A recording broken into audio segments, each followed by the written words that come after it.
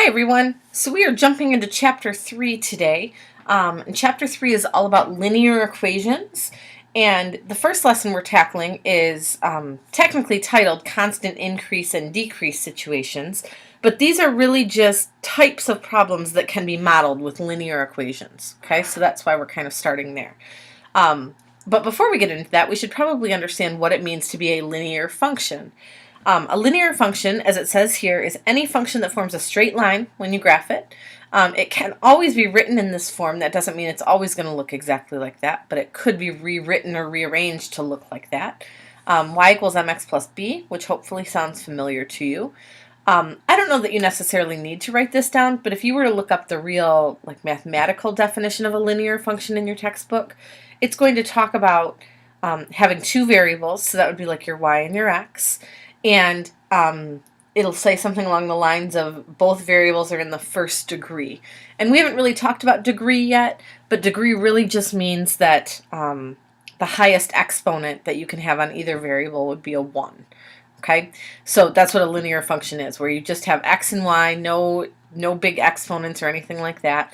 And these functions are always going to come out as being linear, which we technically saw in the last chapter. When we did direct variation, we were just looking at something like this. We used k instead of m before, but we figured out that anytime you had an equation that looked like this, it was linear. Now I'm just throwing in a shift up or down by a value of b, but that's not going to change the shape of my function. Okay? And so this form right here, probably important to know, and maybe you know this already, is called slope-intercept form.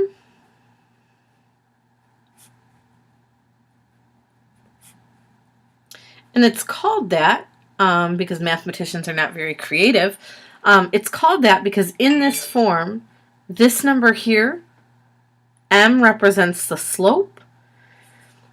And then this value here, the b, represents the y-intercept. Okay, I guess I should say that that's the y-intercept. So in slope-intercept form, the m represents slope, and the b represents your y-intercept. Okay? So the types of problems we're going to be working with today, again, are called constant increase or constant decrease type problems. And those are just real-life scenarios where you're starting at a set value and then you're increasing consistently by the same number over and over again, or you're decreasing consistently. And so mathematically, in terms of this, that initial value, that amount that you're starting with, that's always going to be your y-intercept, okay? And the amount that you're increasing by or decreasing by, that's always going to be your slope, okay? And your slope's going to be positive if you're increasing and negative if you're decreasing, okay? So if you need a second, if you need to pause to get caught up on writing those things down, go ahead and do that. I'm going to go ahead and jump right into example 1. So Lucy's dad opened up a savings account with $1,500. After she starts working, she starts depositing an additional $100 per month, and we want to write an equation to sort of model this situation. Okay, there's actually two different ways to think about this, and they're both going to end up with the same result, so I don't care which route you go. There's sort of what I call like the practical approach, where we're just kind of building it from the situation itself. So if I was doing that, I would say, okay, the total amount of money is going to start at $1,500. Okay? And then I'm adding, because I'm depositing an extra, I'm adding $100 per month. Okay? And so again, that's just kind of building it in a practical way, straight from the problem. I'm starting with this much and I'm adding $100 per month. Okay? The other thing you could do, and you'll notice that this didn't quite come out in slope-intercept form. Slope-intercept form, this piece would have come first, and then the 1,500 would have been on the end to be like mx plus b. I don't care so much about that unless the problem specifies that your answer must be in slope-intercept form. And if it said it had to be in slope-intercept form, these two would need to be switched around. Now, you could also build this sort of algebraically, where you look at this problem and you identify the pieces of the equation. So this starting amount of $1,500, like I set up here, my initial value is always b. So by looking at that, I could say right away, I know this is my B, okay? And then my $100 per month, that's how much I'm changing by. So this is going to be my slope. And this gets a little confusing because they used M as their variable here, where we usually use M to represent slope. This is almost like your X, okay? So don't let that confuse you. So if I was going to write my equation that way, I would say T equals mx, so that's 100 times m, plus my b value, which is 1500. Okay? These two things say exactly the same thing. Notice that the m is on the 100 either way. All right, the 1500 is being added on. Both of these say the exact same thing, so whichever way you can come to this conclusion is totally fine with me. Okay, and again, unless it says specifically that the answer needs to be in slope-intercept form, I don't care which way you write it either. Okay, so how much would Lucy have in her account 3 years after she started working? Now just be careful. Remember that here we're counting in months, not years. So instead of 3 years, I know there's 12 months in a year, so I'm going to make this 36 months.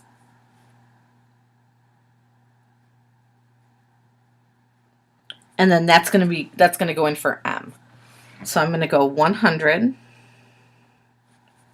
times 36 plus the 1500 I started with. Well, let's see, 3600 plus 1500. I think that's 5100. Hope I did that math right. Okay, so that's how much she would have after the 3 years. And then it says, suppose she wants to save up $3,500 total to buy our first car. How long will it take to reach that goal? Well, this then is really my T value. That's how much I want to have at the end. So I'm going to take my equation, I'm going to set it equal to T. Set it equal to 3,500. So I'm going to say 3,500 equals 100M plus 1,500. And from there, I'm just going to solve for that M value. So I would probably start by subtracting 1,500, subtracting 1,500. So this is going to be 2,000. This is gone, and then that equals 100M. And then I'm sort of running out of space here, but I would divide by 100 on each side, and I'm going to end up with M equals 20. And so that means in 20 months, I would have enough to buy that $3,500 car. Okay? I am betting, quite honestly, that most of you could have tackled this problem without even my instruction. I think most of you could already do this kind of thing. Really what we want to do today is focus on how this matches up with some of the technical math terminology. Okay? So, if you're saying like, my gosh, that's so easy, why did they make it sound so hard? It's really more just about seeing this in a new light, okay? Okay, so let's take a look at example 2. Vanessa purchases a 50-pound bag of dog food at the beginning of the month. Each day she feeds her dog a half a pound of food. Write a linear equation to model this situation. So again, thinking about it 2 different ways. I'm going to let y equal how much is left, okay? Oh, and I guess it didn't really say, it should have. Write a linear equation to model. It should say something like the amount remaining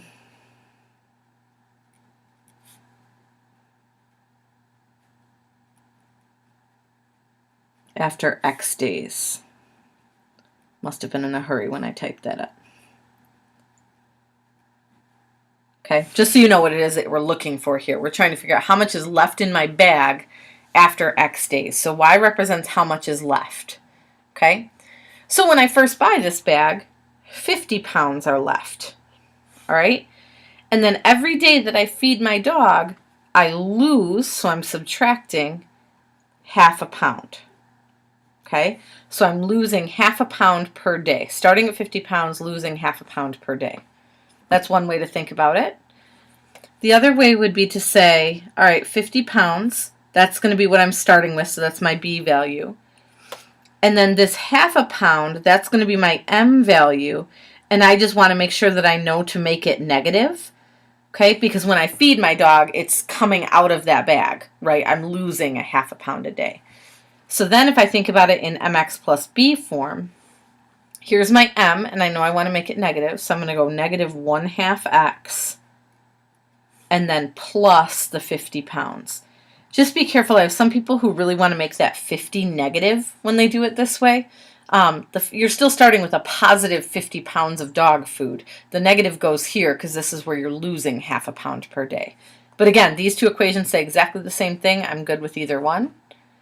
And then how long before she runs out of dog food? Well, running out of dog food would be when y is equal to 0. So I'm going to say 0 equals 50 minus 1/2 x. Now, some of you may be thinking, oh, I have an easier way to solve that. You might. This is just the equation solving way to do it. So I would probably subtract 50, subtract 50. So I would come out with negative 50 equals negative 1/2 x. And then to get rid of that negative 1/2 x, I'm going to multiply by the reciprocal, which would be negative 2 over 1. Oops, negative 2 over 1. Otherwise known as just negative 2. And then I end up with positive 100 equals x. So I would say 100 days.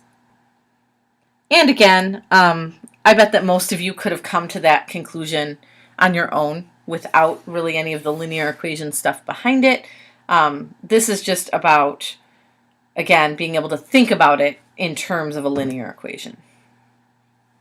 Okay, the third question here, I believe, if I remember correctly, gives us a linear equation and asks us to do some interpreting. And so you may want to make a note here because we're going to come back to this interpreting concept over and over again in this chapter.